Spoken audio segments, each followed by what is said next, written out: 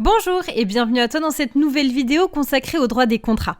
Aujourd'hui, nous allons parler ensemble de la prestation possible du contrat. Pour ce faire, nous verrons dans un premier temps le principe, puis le cas d'une impossibilité absolue dès la conclusion, le cas de l'impossibilité relative et enfin le cas d'une impossibilité absolue au cours de l'exécution. Si tu veux t'entraîner davantage, le manuel 1000 QCM en droit des obligations est là pour t'aider. Tu es prêt ? Alors c'est parti! Pour continuer tes révisions en droit, abonne-toi à ma chaîne YouTube et retrouve-moi aussi sur Instagram et LinkedIn. Et si tu veux progresser encore plus vite, révise avec la collection 1000 QCM sur librededroit.fr. Tout d'abord, le principe de la prestation possible du contrat. Tu peux noter que pour qu'un contrat soit valable, sa prestation doit être possible. C'est d'ailleurs l'article 1163 du Code civil qui le dit. Aussi, en cas d'impossibilité de la prestation, le contrat est frappé de nullité si il s'agit d'une impossibilité absolue ou encore que cette impossibilité est caractérisée dès la conclusion du contrat. À présent, le cas d'une impossibilité absolue dès la conclusion du contrat. Ici, il est possible de demander donc la nullité du contrat.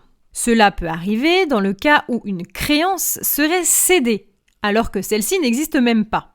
On peut également rechercher la responsabilité extra-contractuelle du débiteur s'il a commis une faute.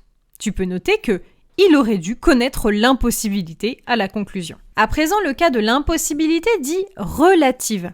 Ici, cette impossibilité est propre à la personne du débiteur. En fait, il n'est pas qualifié pour réaliser la prestation.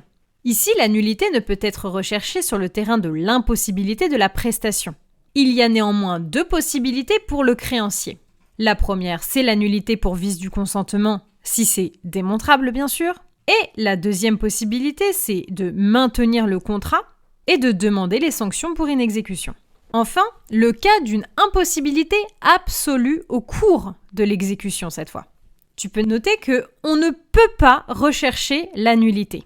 Si cette impossibilité provient d'un cas de force majeure, alors le débiteur est libéré de son obligation. Si cette impossibilité ne provient pas d'un cas de force majeure, le créancier peut recourir aux sanctions de l'inexécution si ces conditions sont remplies. Ces deux notions seront développées dans le cadre d'autres vidéos. Si tu veux tester tes connaissances sur la prestation possible du contrat, le manuel 1000 QCM en droit des obligations est là pour t'aider. À bientôt! Si cette vidéo t'a plu, pense à la liker et à t'abonner. Et pour continuer tes révisions, va voir la collection 1000 QCM dans ma librairie numérique librededroit.fr.